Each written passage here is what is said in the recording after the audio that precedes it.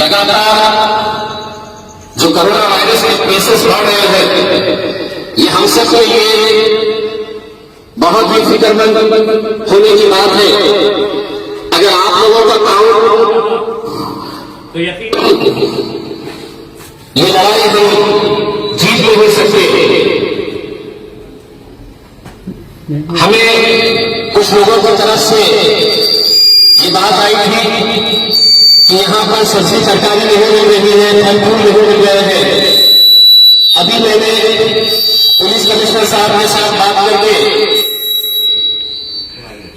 ये इंश्योर किया है कि आपको जो कुछ भी चाहिए आपके दरवाजे तक इंशाल्लाह आपको मिलेगा। मुझे मालूम है कि ये मुश्किल घड़ी है, तकलीफों का सामना सबको करना पड़ रहा है। इतना आसान नहीं है कि हम घरों के अंदर बंद रहे, लेकिन ये आखिर किसके फायदे के लिए किया जा रहा है ये भी सोचना बहुत जरूरी है। ये रमजान के महीने में जहां हम इबादत करने के लिए निकलते थे, आज हमें अपने घरों के अंदर बंद रहना पड़ रहा है। ये कितने दिन तक और रहेगा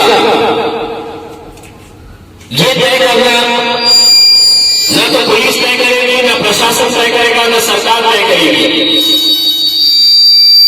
औरंगाबाद शहर का लॉकडाउन कब खत्म होगा इसका फैसला औरंगाबाद की आवाम तय करेगी।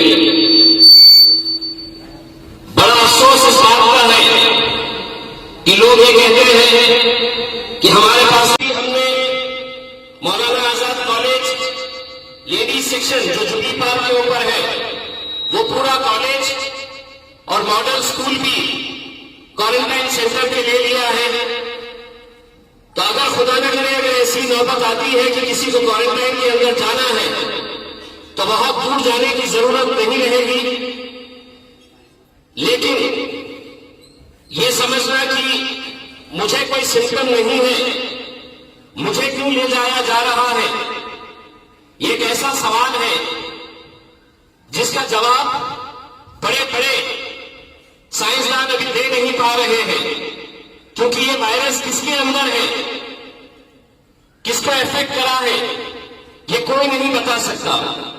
लेकिन अगर कोई नौजवान सड़क के ऊपर है और अगर वो वापस अपने घर में जाता है तो वो नौजवान को भले ही कुछ नहीं होगा, लेकिन उस वायरस का असर सबसे ज्यादा किसी को नुकसान अगर पहुंचाएगा तो हमारे घर के, हमारे बुजुर्गों के ऊपर। क्योंकि आप देखेंगे कि सबसे ज्यादा मौतें जो हो रही है वो बुजुर्ग लोगों की, जो पहले से ही या तो डायबिटीज है या ब्लड प्रेशर है या हाइपरटेंशन है, दूसरे बीमारियों के अंदर मुब्तला है। तो ये नौजवानों को तय करना है कि मैं कहीं अपने घर के अंदर ऐसा मौत का सामान ना लेके जाऊं जिसके वजह से मेरे घर वालों को नुकसान हो।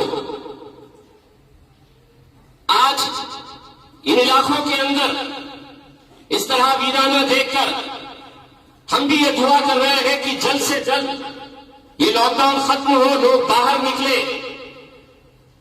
अगर हमें रमजान की ईद मस्जिदों के अंदर नमाज पढ़कर बाहर निकलकर अगर मनानी है तो हमें कुछ दिन कुछ कुर्बानियां देना जरूरी है। इसीलिए मैं आप लोगों के बीच हाथ जोड़कर ये अपन गुजारिश करने के लिए आया हूं। तकलीफ होगी, है तकलीफ, मैं यकीनन ये दावा नहीं करता हूं कि आप लोगों को कोई तकलीफ नहीं हो रही है, ये तकलीफें हैं। लेकिन अगर हम सब मिलकर अगर इसका मुकाबला नहीं करेंगे तो हमें अंदाजा नहीं है कि अगले 2 महीने तक ये कर्फ्यू खुलेगा भी या नहीं खुलेगा। और इसी तरह से अगर केसेस बढ़ते गए तो कल के दिन यहां से पुलिस हटाकर आर्मी को ला दिया जाएगा, मिलिट्री को लगा दिया जाएगा। तब हमारे लिए फल फूल सब्जी भी खरीदना बड़ा मुश्किल हो जाएगा। आप लोगों की जो भी दिक्कतें हैं इंशाअल्लाह यहां पे जो नौजवान काम कर रहे हैं वो नौजवानों को बताइए, लेकिन मेहरबानी करके घरों से मत निकलिए। और अगर किसी को जरा सा भी सिम्टम है, किसी को बुखार है, खांसी है, तो उसे छुपाइए मत। आप छुपाएंगे घर में एक शख्स को होगा, लेकिन आपके छुपाने की वजह से आपके पूरे घर वालों को यह फैल सकता है। ऐसा नहीं है कि ये कोरोना वायरस का कोई इलाज ही नहीं है।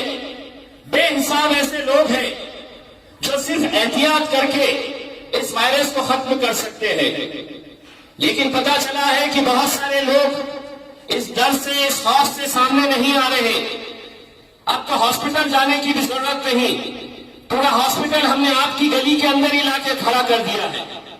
तो कोई झिझकने की, डरने की, घबराने की जरूरत नहीं है। थोड़ा सा तकलीफ उठाइए, डॉक्टर के पास आइए, उन्हें बताइए।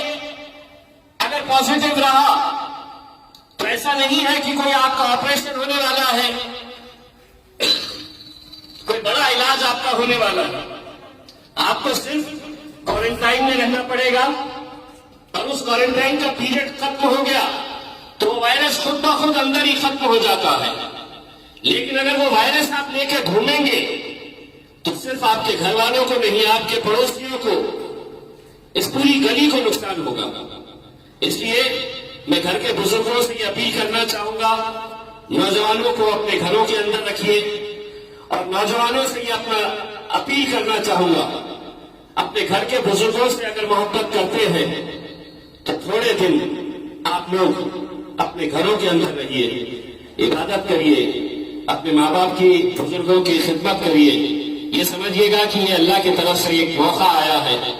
लोग कहते हैं कि ऐसा रमजान कभी देखने को नहीं मिला, लेकिन हकीकत ये है कि ये रमजान अल्लाह की तरफ से ऐसा आया है जहां आपको ये मौका दिया जा रहा है कि मैं इस रमजान का भरपूर फायदा उठाऊं, घर में रहूं और अपने घर को मस्जिद बनाकर ज्यादा से ज्यादा इबादत करूं। यही उम्मीद करते हैं कि इंशाअल्लाह हम सब मिलकर इस वायरस के, इस जंग के खिलाफ हम सब मिलकर लड़ेंगे और इंशाअल्लाह कामयाब होंगे। बहुत बहुत शुक्रिया। व आखिर दावाना अल्हम्दुलिल्लाह।